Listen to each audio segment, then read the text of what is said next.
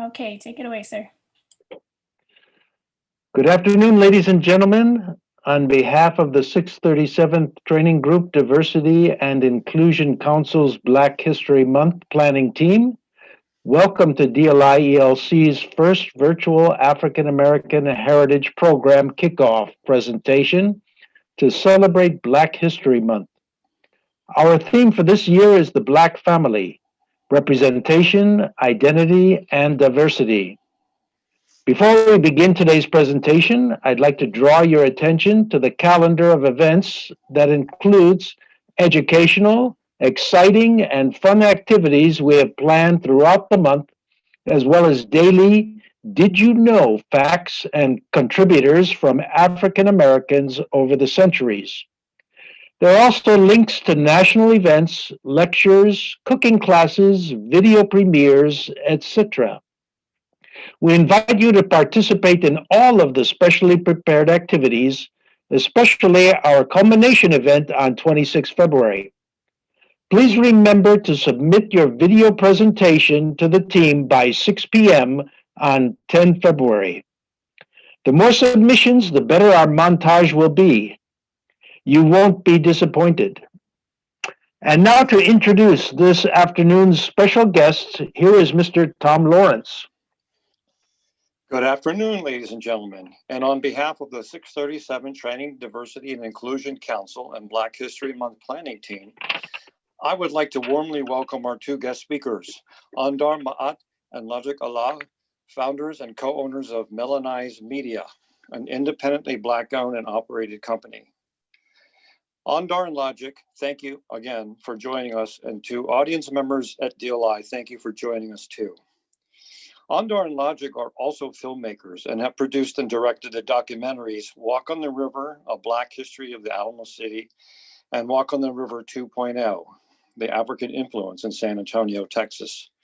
Moreover, their company conducts Freedom Black History bus tours in San Antonio. As a person who has worked and resided in San Antonio for over 20 years now, I became truly inspired by their work and contributions to San Antonio after watching the first documentary film and taking part in one of these outstanding bus tours. Originally from Spartanburg, South Carolina, Andar Ma'at is a student of history, a cultural activist, business owner, and a husband, father, and grandfather who arrived in San Antonio in 1988 to serve with U.S. Air Force for 8 years, and then as a school teacher for 20 years. He wrote, performed, and co-produced the movie Message to the People, A Story of Malcolm X, and is the co-producer of the documentary Walk on the River, A Black History of the Alamo City. Andar is also the co-owner and director of Mott Marketing Kumbania, which means creativity with a purpose, which creates cultural products to educate and empower the community. A husband and father of 3, Logic Allah was born and raised in Gary, Indiana, and spent 15 years in Wisconsin, where he graduated from Northeast Wisconsin Technical College in Green Bay with a degree in architectural technology. There he also worked as a job captain for an architectural and engineering firm. With family, he moved to San Antonio in 2013 and co-founded 9 Logic, a video production and online marketing firm in San Antonio.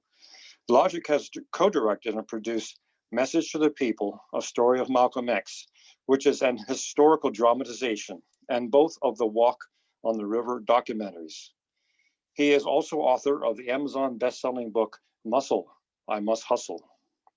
To our audience, you are welcome to place questions in the chat room, and at the end of the presentation, there will be some time to answer the questions, as well as an opportunity to share thoughts.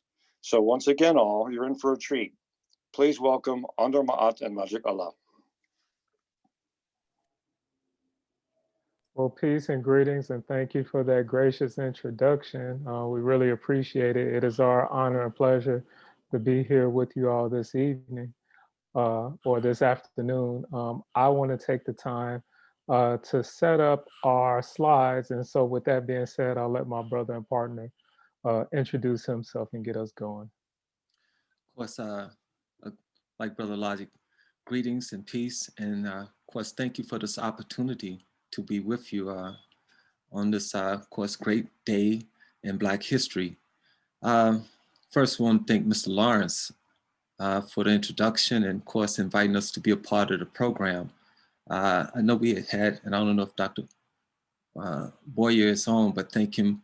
And of course, the 637 training group, Diversity and Inclusion Council, thank you for this opportunity. And for all those who are on with us, you know, Brother Logic and I are both students of history.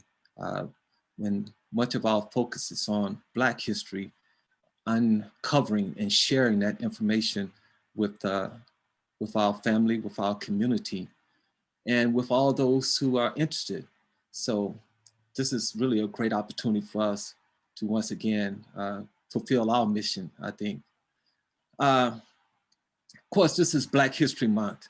And, you know, Brother Logic had shared the last time where the first Black History Month course started off as Negro History Week when Carter G. Woodson founded Negro History Week in 1926. And so we have been, for many years now, celebrating, of course, for many years celebrated Negro History Week, and finally in about 1970, I think it was Kent State University where they started pushing for a month celebration, and then of course that became official later on. But the idea is that this is a great time and a great opportunity for us to pause and look at this history that sometimes goes unknown and not recognized, and definitely not appreciated, because if we don't know it, we can't appreciate it. So what I want to do is, of course, the theme this year is the Black family, representation, identity, and diversity. And of course, that has been a great part of our calling card. When I think of the Black family, of course, and just family in general, I think of a group or a unit of people that is related, most likely biologically or through marriage, connected by blood, kinship, shared history, shared experience, shared purpose, shared mission, and a shared culture. And of course, we'll go visit this again a little bit later. But the idea is that is the family. So the family, sometimes you have the nucleus family, and then you have extended family, then you have community family. But in understanding that it's much, we're all family connected in some way. Now, in the introduction, Mr. Lawrence has said, of course, I'm from Spartanburg, South Carolina. And I grew up in a community where, in a time where I was called cuz. Now, it was interesting because now you hear that term much more often being utilized, but at that time, I was the only cuz in the community. And the beautiful thing about it, I felt very much with family growing up. And to this very day, when I visit home, for those who grew up with me, they still refer to me as cuz. Now, while I was in the Air Force, I was stationed in Bitburg, Germany. And I don't know, I think Bitburg, Germany, they closed that base down. I think they still have Spangdahlem. It was in the same area of Germany. And well, it was one occasion where I had to go up to Rhine, Maine for a Black history program there. And while I was there at the program, I met a gentleman. He was a colonel, a Black man, and he had been flying flights into Africa.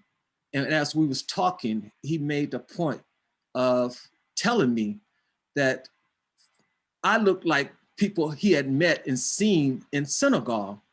He said I very much had the physical features, and I could very much have relatives in Senegal, West Africa. But it made me realize that, you know, I had a connection.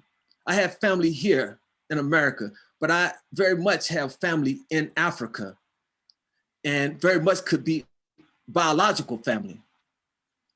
Well, while I was in Bitburg, Germany, I had an opportunity to go TDY to Crete, of course, Greece. And while I was there, of course, you know, when you go TDY, sometimes you may know people from your past of being in the military and other stations. But in this occasion, I didn't know anyone there, but I was taken in by a family there and very much treated like a son. And I really appreciated that. And they showed me around the base and they got me involved in various activities, including a Black History program there. Well, I had this experience, and this is the point of this introduction, really. I had this experience where after TDY, I was taking leave and I was going back to Spartanburg, South Carolina. But on that journey, first I had to stop off in Turkey. And while I was in Turkey, one of my friends that I had been stationed with in Cheyenne, Wyoming, he picked me up and I spent 2 days with his family and they showed me around. And then I left there and went to Spain and I just ran into people I knew from Germany. And they took me under their umbrella and they showed me around Spain and treated me like family. As a matter of fact, my plane was late leaving Spain that evening. They sat there that whole time and we just had a conversation, eating and enjoying each other's company. I left there and went to Frankfurt, Rhine, Maine. And there, a friend of mine who I had known from basic training at Shepherd Air Force Base picked me up and showed me around the base and very much treated me like a brother and family. And then, of course, finally, I got to America and I visited my biological family. But I thought about that trip because everywhere I went, I was uplifted by the fact that I knew someone there that we had a shared experience. We had maybe some shared knowledge and shared opportunity to serve in the military together. But these was like family members. And needless to say, in the military, I didn't have any biological family members that I knew of. So these people were truly like family, though not biologically. I left when I got restationed. They sent me, of course, back to the States, and I ended up at Lackland Air Force Base.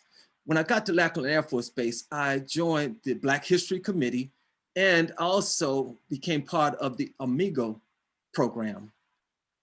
Now, for those, of course, in the Defense Language Institute, you're familiar.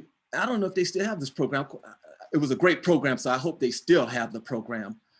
But the idea in the Amigo program, it was an opportunity for those foreign exchange students to meet Americans, and then we befriend each other and we talk with each other and share with each other and get to know each other.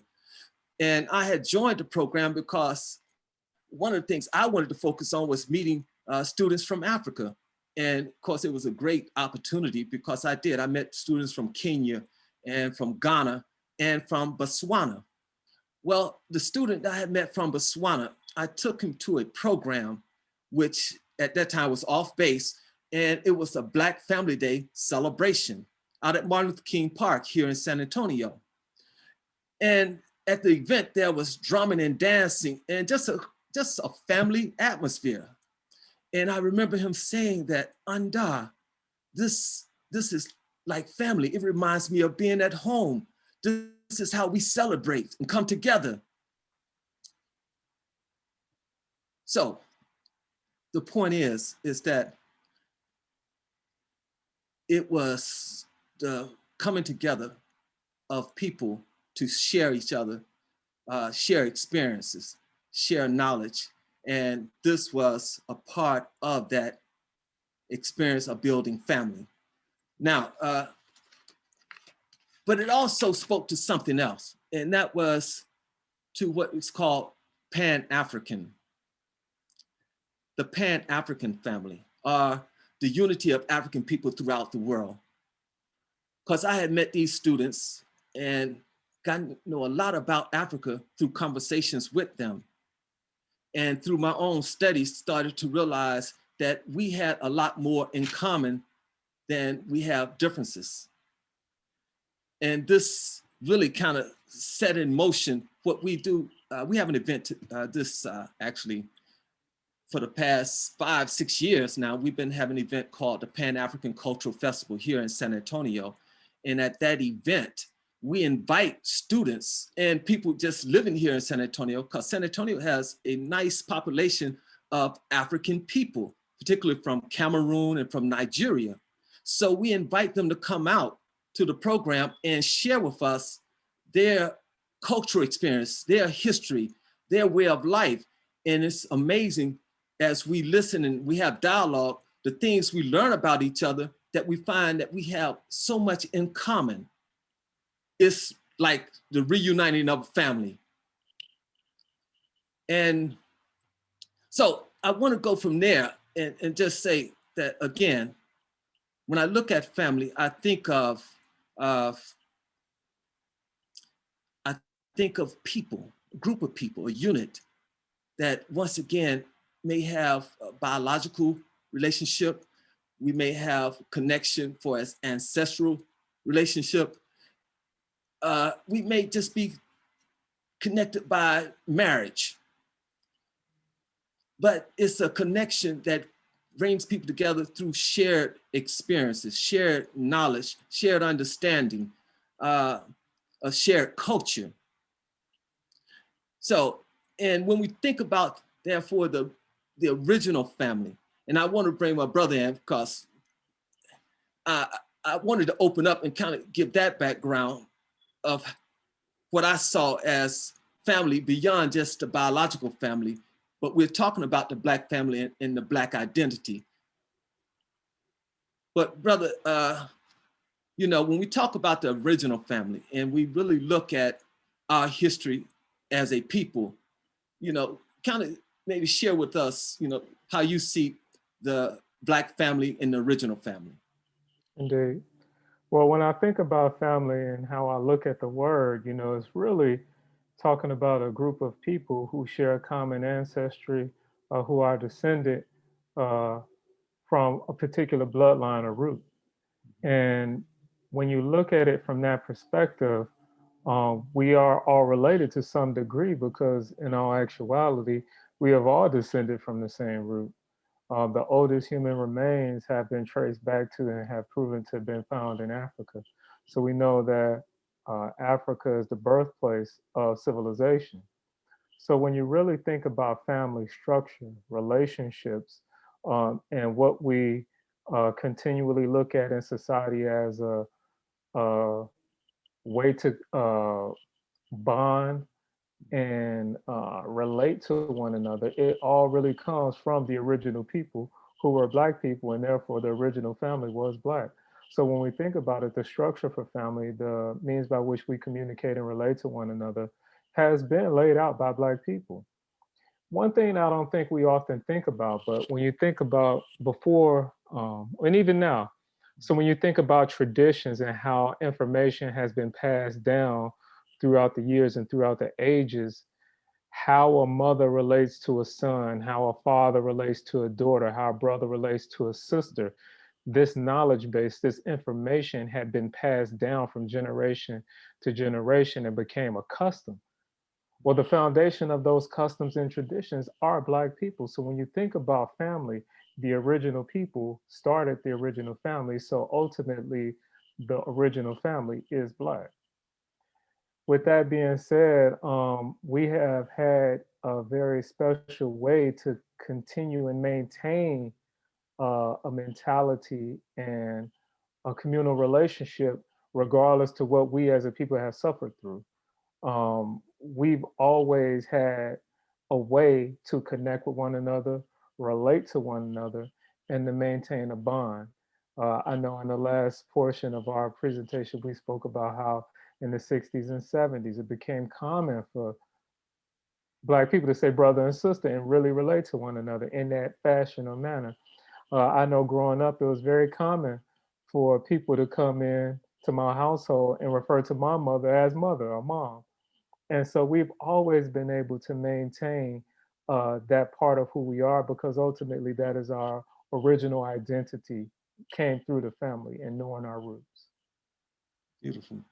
You know, and with that being said, you know, and I just add this as we transition to the next thing, and that is the fact that when you talk about the original family, of course, when you look at through, of course, research through DNA now, and archaeologists and some of the fossil remains have been found, of course, on the continent of Africa. We really see that it was out of Africa that people first migrated and populated the earth.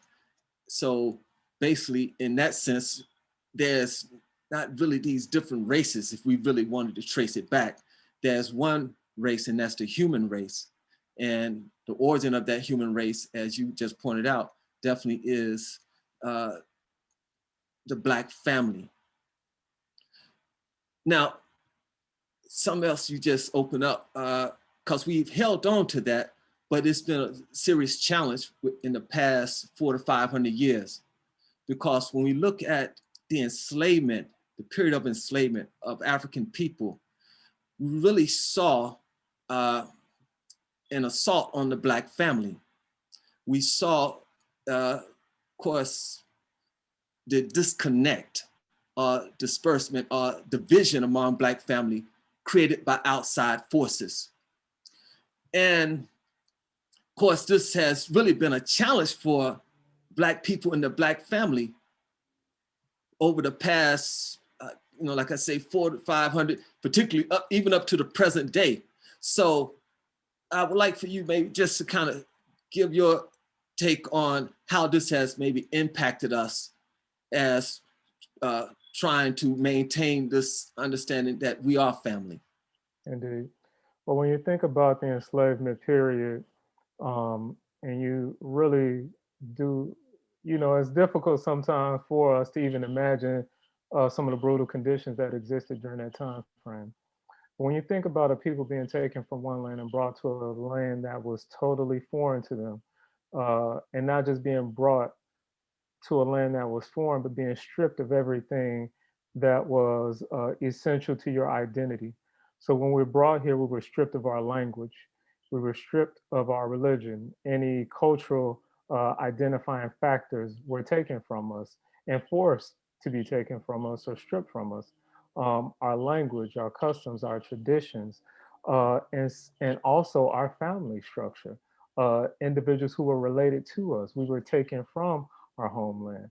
And so when we brought here, in order to keep a people oppressed, it is important, and to keep them subservient, it is important to strip away the things that they love and that they hold dear and close.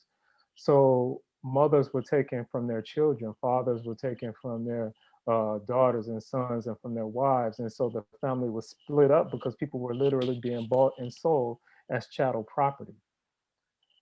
With that being said, there has always been an urge and a desire to reconnect us. Because we had been displaced here in the land, like I said, that was not our own, that was foreign to us, and living a way and a lifestyle and a culture that was not our own. We, even though this was a travesty, a world travesty, we found a way to hold on to certain things, to hold on to certain memories, to hold on to certain customs, to be able to at least hold on with one another, and also be able to bond with those around us who share a common experience, even though they may not have been our blood relatives. And that, once again, just shows and defines the Black family, because we learn to deal with an extended family beyond just blood relation, because it was necessary for our survival to come together, to unify, and to look out for one another. So with that, as we left the enslavement period, after emancipation, and received a glimpse of freedom, we still maintain that communal relationship, because we knew from our experience and the subjugation that we had to go through, it kept us bonded and bound to protect one another, to look out for one another, and to uphold one another. And these are the things that now are defining factors in the Black community when we talk about the Black family. And so we have to hold on to these things. And also, one of the ways to strip a people of who they are is to deny them their history. So when we were brought here and when we were put in enslavement, or during the enslavement period, not only were we cut off from our homeland, we were cut off from our history, from our story, from our experiences and the things that identify us as a people. And so since the emancipation period, it has been a concerted effort to try to reconnect us to the root of our tree. As we speak about a tree, a family tree, if we look at ourselves as the leaves or the fruit on this tree, these present generations, then we know in order to truly understand our beginning, we have to be reconnected to the root of a tree. Yes. And so we have to, and we have had to strive to put together a puzzle from pieces that have been scattered and dispersed all around to try to reconnect our story and maintain as much of our identity as we can. And so that's where we are today, is just continuing to celebrate um, the history, the information, the knowledge that has been recovered in order to reconnect us to who we truly were, are, and always shall be. Yes, sir. You know, and it kind of brings us up to, I think, the work that we're doing, because if we study this history, particularly of this impact that enslavement has had on the Black family, you know, one of the things, as you just highlighted, is that when you are robbed of your history, or you don't know your history, that actually robs you of identity. And it robs you of a connection to people who identify with you. So, in what we have done with our films and information that we have put together, as it was opened up by Mr. Lawrence, talking about, you know, our bio and talking about the films, we have really been on this path to restore our historical memory. And in doing that is to create an opportunity to reconnect us as family. Of course, we always make a point in restoration of our memory in history is that our history did not begin in slavery. Our history began in Africa. And, you know, when we really look at time, we are really looking at the period of, let's say, enslavement, maybe 300 to 400, 500 years, but the history of African people, as we had talked about, being original people, that may be looking at thousands, hundreds of thousands, if not millions of years. So the fact is the restoring of that memory and understanding that we are part of that, you just highlight, of that same root, that same tree. So when we had, of course, done our films, and we saw how the community, and I'm talking about the film here in San Antonio family, when we first released Walk on the River, Black History of the Alamo City here in San Antonio, it was amazing because we saw a glimpse of what a family, a community looks like in coming together to celebrate, to know them and celebrate themselves. So, brother, if you can just kind of share, because I mean, we was there that evening and we saw the work in the restoration in the sense of restoring our memory. But if you can just kind of share some around that. Indeed. So when we talk about restoration, uh, it makes me think about the older vehicles. You know, a lot of times we'll find a older vehicle, we'll want to restore it. We go through, change out the engine, shine up the parts, get it back in working order. And that's really the work of a mechanic or a person that is familiar with the vehicle and wants to bring it back to its original state, if not better. And that's the part that I think that we find ourselves playing. And we do this in the tradition of a Carter G. Woodson, of a J.A. Rogers, some of our great historians who were the forefathers of piecing together the story of our history or our story.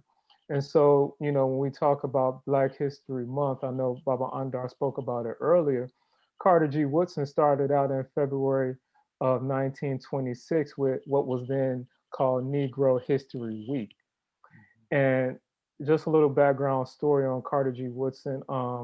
He was the second graduate with a PhD, African American PhD from Harvard University. So he had acquired the knowledge and the skill base to be able to do the research, to be able to create historical documentation and books and things of that nature. And he literally devoted his life to that. He didn't have a wife, he didn't have children. He was married to his work. And he had stated so, and he devoted his life to capturing our story and telling our story and documenting our story. So 1926, Negro History Week, later in the 70s, would then morph and turn into Black History Month. The reason February, or the week in February that was chosen, was around the birthday of Abraham Lincoln, who was respected at that time, especially by the Black community, as being looked upon as the person who emancipated the enslaved. And then also Frederick Douglass, who was a great abolitionist and writer and speaker. And so because these two were being celebrated already in the Black community, he thought that this would be an opportune time to highlight the African American history of us here, Black people in America. The thing that Carter G. Woodson had in mind, though, was that around the year round, now that he and other researchers had been assembling the story and telling the Black experience and gathering this history, that we as a people would continue to learn this year round, and that the week of Negro History Week would be an opportunity for us to expose our contributions to society, or to America, to the fabric of America, to the larger society who may not be as familiar with Black history. And so in that tradition, we want to continue to restore us as a people, to restore our language, to restore our story, to restore our customs and our traditions. And so when we as a company, Melaneyes Media, just to go a little bit into the name of it, Melaneyes, how we spell it is different than the word melanize, which is Melanize, which means to infuse with melanin or to darken. Melanin is the chemical substance that gives our hair, our eyes, and our skin dark pigmentation. And so the term melanize, we changed it to say Melaneyes, EYES at the end, because we are a visual company. We deal with visual films and presentations. And what we want to do is get our people to look at the world through a Black view, through the lens of Black, through a Black lens, through our own perspective, our own narratives, and our own view, as opposed to having someone feed us our story that may not have our best interests at hand. So we take on the moniker for us, by us. And so Melaneyes Media really came about in 2018 when Baba Andra and myself started to put together the release of Walk on the River. And so we find ourselves in a position through visual media of reconnecting our people and restoring that historical memory, restoring our identity. And so we take great pride in it, and we love the work that we do. And this year has given us a greater opportunity to do it even more so. COVID has afforded us the opportunity to jump on Zoom and use the internet to disperse our information and to share our story. Since April of 2020, we have been able to host online screenings of our films and also Black historical presentations. And this has allowed us to draw in a larger audience than what we were able to do in person, and to expand our reach, so to say. And so this has actually been a blessing in disguise for us, because it has allowed us to touch many more people than we physically could before.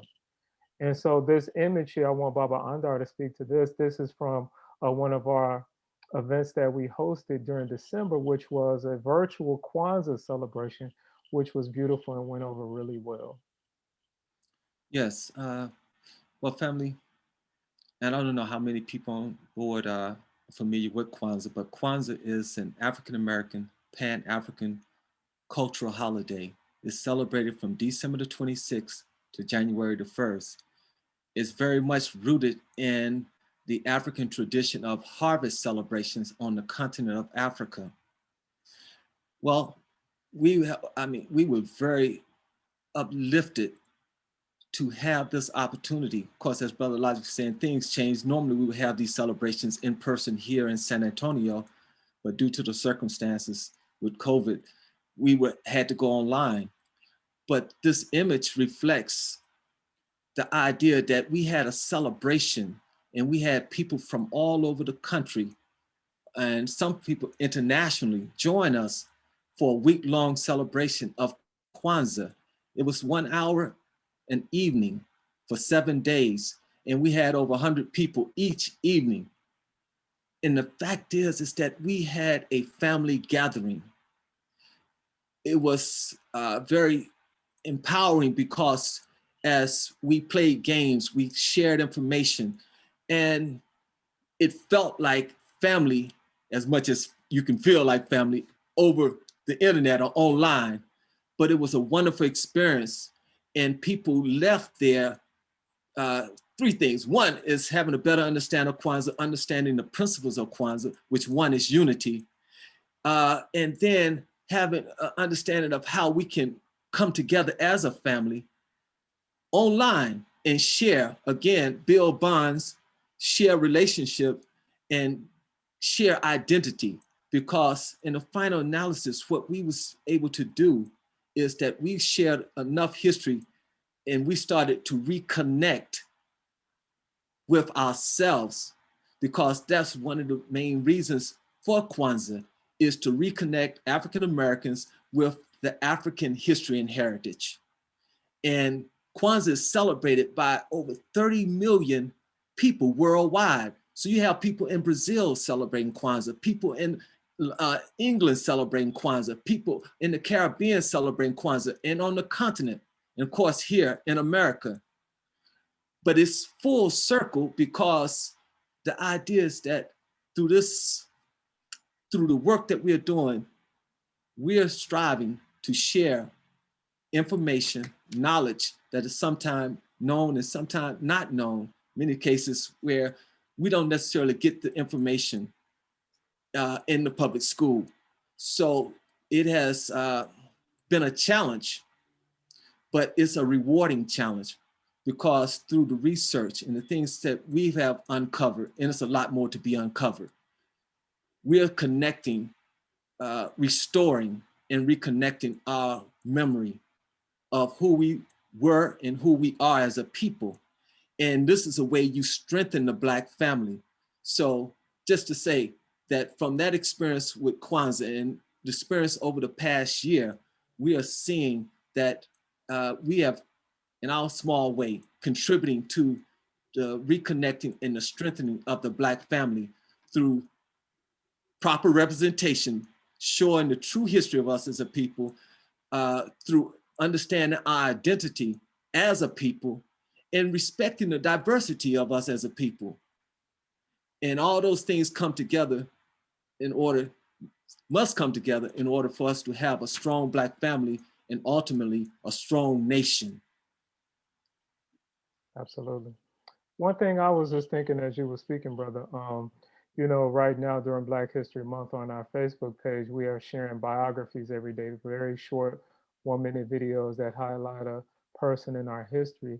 And it is so refreshing to see and hear people give feedback that they appreciate just the small biographies of people they may not have known. We know that Black history is vast. However, it's not always shared or expounded upon in the school system. So some people don't always have access to it. But one person that we highlighted was Elijah McCoy, who was born of slave parents, was born in Canada. His parents escaped from slavery into Canada, and he was born there. Studied engineering, went overseas to England and studied, came back with an engineering degree, but was not able to find a job as an engineer. So he worked on the railroad. Long story short, Elijah McCoy developed and patented a system for lubricating the steam engines and the engines on the trains at the time, and got a patent. this is where the term real McCoy comes from, because there were so many knockoffs and people trying to imitate his invention, that a lot of people started referring to his actual invention as the real McCoy, after his name, Elijah McCoy. But these are the small pieces of history that we may not realize comes back to us. And so when people have shared with us that just learning these bits and pieces of biography, bits and pieces of history, has helped them rediscover their heritage and pride, and how they want their children to grow up learning and understanding more. It's just something that's beautiful, and it's one of the most fulfilling things that we find in the work that we do, which is just sharing documentary films and also historical Black presentations. And so we have images of three of the pieces that we've worked on or that we've produced. Walk on the River, A Black History of the Alamo City, which is a documentary film highlighting the Black experience here in San Antonio, Texas from 1865 to 1965. Celebrating Black women in the struggle is an online presentation that we put together in 2020 that actually Baba Andar had been doing in person before 2020, which really just highlights African women from all over the world, all throughout the diaspora, their struggles and the contributions they've made. And then another one that we've put together is the Lynching of Black America, which was an online presentation to really highlight the impact of lynching in all of its different facets, because lynching is really not just limited to hanging someone with a rope. It is defined as an extrajudicial murder. And so when the incidents and the protests started happening in 2020, we thought it would be necessary to really connect that historically to what we were seeing in the streets, as far as some of the murders that were taking place by officers, and also some of the protesters that were being killed. So we really pride ourselves on striving to present our story, to provide a base of knowledge, a foundation for us to stand upon and understand who we are and what we have been through in order to understand where we need to go. And so if you're interested in finding more about our work, you can visit our website, melaneyesmedia.com. And we want to always leave time for you all to ask questions or give us feedback and comments. Andar, before I close out the slides, is there anything you wanted to add on? No, brother, I think we'll let the kind of questions and the comments kind of guide us from here. So. Indeed. And so we'll stop our screen share and we'll come back and just prepare for any questions or comments that you all might have for us. Thank you, gentlemen, very, very much. We really appreciate your sharing of your history and information. There's one question that we have, if you don't mind. What are some of your bus tour destinations? Thank you. Indeed. Before COVID, we would rent a 56 passenger bus and we would take what we would call the Freedom Black History Bus Tour, which traveled to about 20 historical locations, primarily on the east side of San Antonio. We would visit places like St. Philip's College, which is an HBCU and which was founded in 1898. We would visit the Bellinger home, the home of Mr. Charles Bellinger, who was a political force and possibly the wealthiest Black man in Texas at the time in the 1930s. We visit the Carver Cultural Community Center, which had an auditorium and also was the library for a certain amount of time for African Americans during the time of segregation. We visit Ellis Alley, which is one of the first Black settlement areas where African Americans were allowed to purchase land after the enslavement period. So these are some of the locations that we would travel to. And since COVID, we've been able to actually host these tours online virtually. So now we offer our virtual tours, the East Side tour that we originally would do in person. And since then, we've also added a downtown tour, because most people don't realize there's actually a rich Black history in the center of the city in downtown San Antonio. So we offer both of those tours online virtually now. Thank you very, very much. Thank you. We have a couple more questions here. One is, do you have a mailing list so we can keep track of your wonderful events? We know that we have your website that we've posted in the chat room already, but do you have a mailing list? Yes. So on the homepage of our website, melaneyesmedia.com, there is a sign up list where you can add your name, your email address, and you can tell us the type of information that you're interested in the most, whether that be online courses and classes or online events. And so once again, melaneyesmedia.com. In the center of the front page or the home page, you'll find an email list, and we constantly update individuals who are on our mailing list to when we have events and new products that we're presenting. All right, thank you very, very much. And the one question is, I believe this may be for Mr. Mott. When did you first come to Lackland? And FYI, the Amigo program is still alive and well. Excellent, excellent.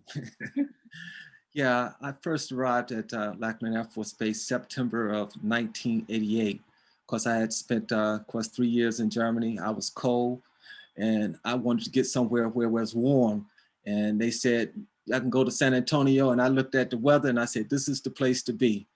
The beautiful thing about it is that when I got here, the weather was warm, great.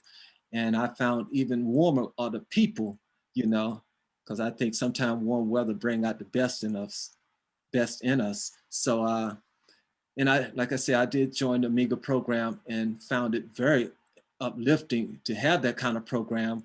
And I'm glad to know that it's continuing to move forward. So thank you for that.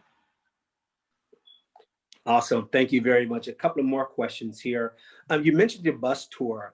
What are some other big names from the San Antonio community that you can possibly see on your bus tours?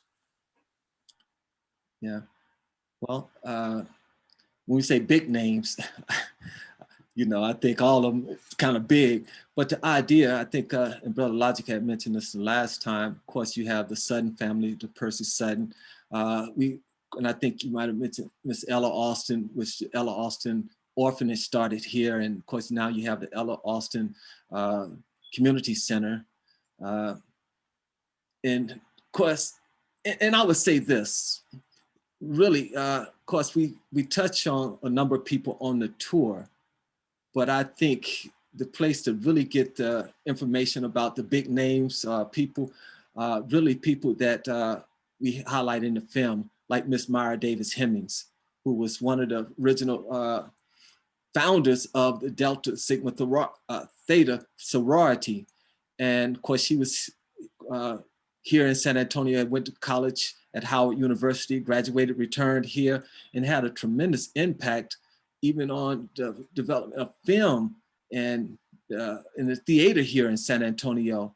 So, and I'm saying basically there's a lot, and of course I think Brother Logic probably can mention people I'm not thinking of right now, but the fact is there's a lot of people that had a tremendous impact on the city, you know, just in that time frame that we highlight within that walk on the river from 1865 to 1965.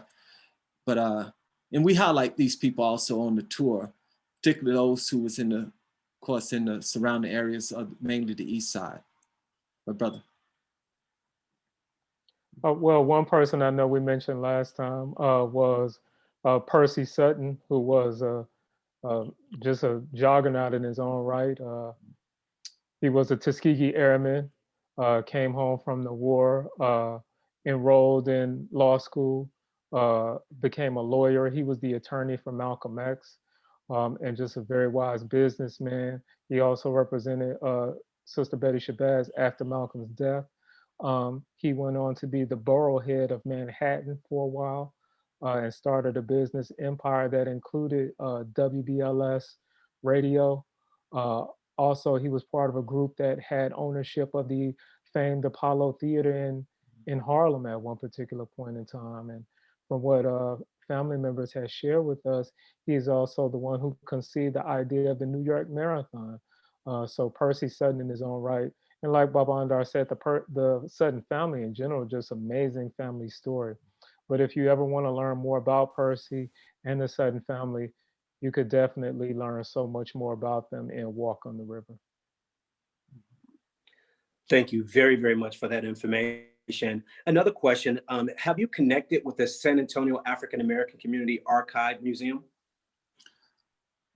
Yes, we have. Of course, some of their members, some of our biggest supporters, and likewise, you know, at one time, and I think they've relocated now, but they were actually located inside the old Sutton home here on the east side. So we would actually, on the bus tour, we would go by the home there and, of course, highlight the Sutton family, but at the same time, make people aware of SACAM and invite people to, of course, go by there and really, you know, take in the history that SACAM offer.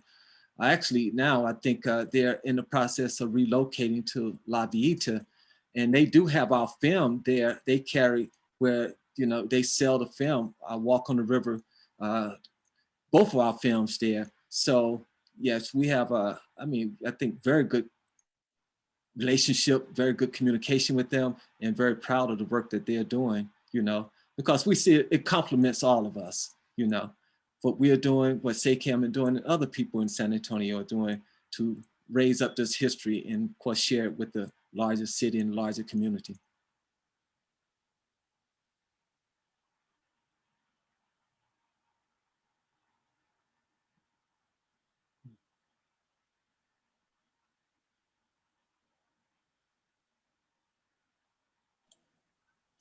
Thank you. I'll jump in. I don't know if Dr. Boyer's.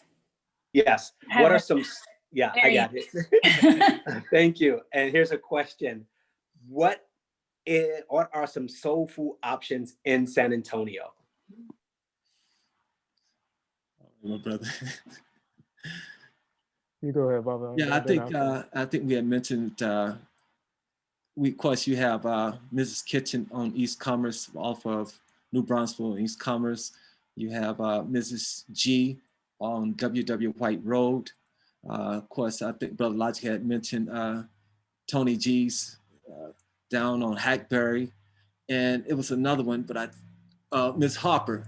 Ma Harper. Ma Harper. So these are all, I think, excellent places to really enjoy soul food. So, you know, and this is a great time to, of course, we always, you know, on the bus tours, we make a point of talking about various businesses, particularly Black businesses, and inviting people to support those businesses. So that'll be a great thing if the group here, and we can do that, you know, particularly this month, it'll be a great time.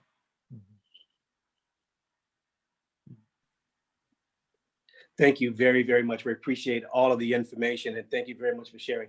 I'd like to turn it over to Dr. Rattler, who's speaking for our leadership, and she is the training director for the 637 training group. So Dr. Rattler, turn it over to you, ma'am.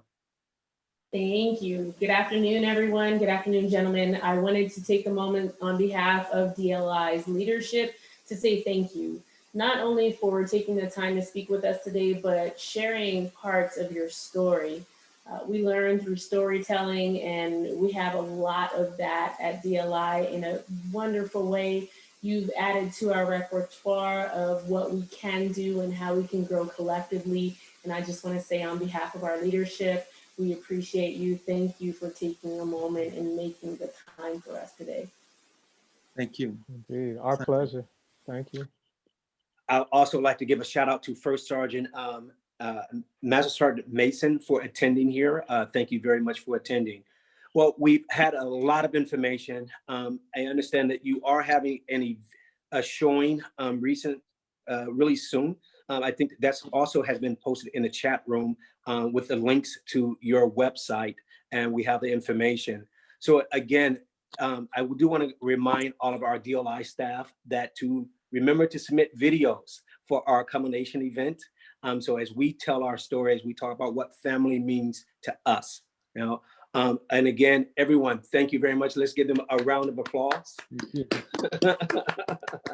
And again, thank you, gentlemen, for your time. And this concludes our kickoff event. And we appreciate everything that you've shared with us. Thank you all. Thank you for having us. Thank you. We'll be in touch. Peace.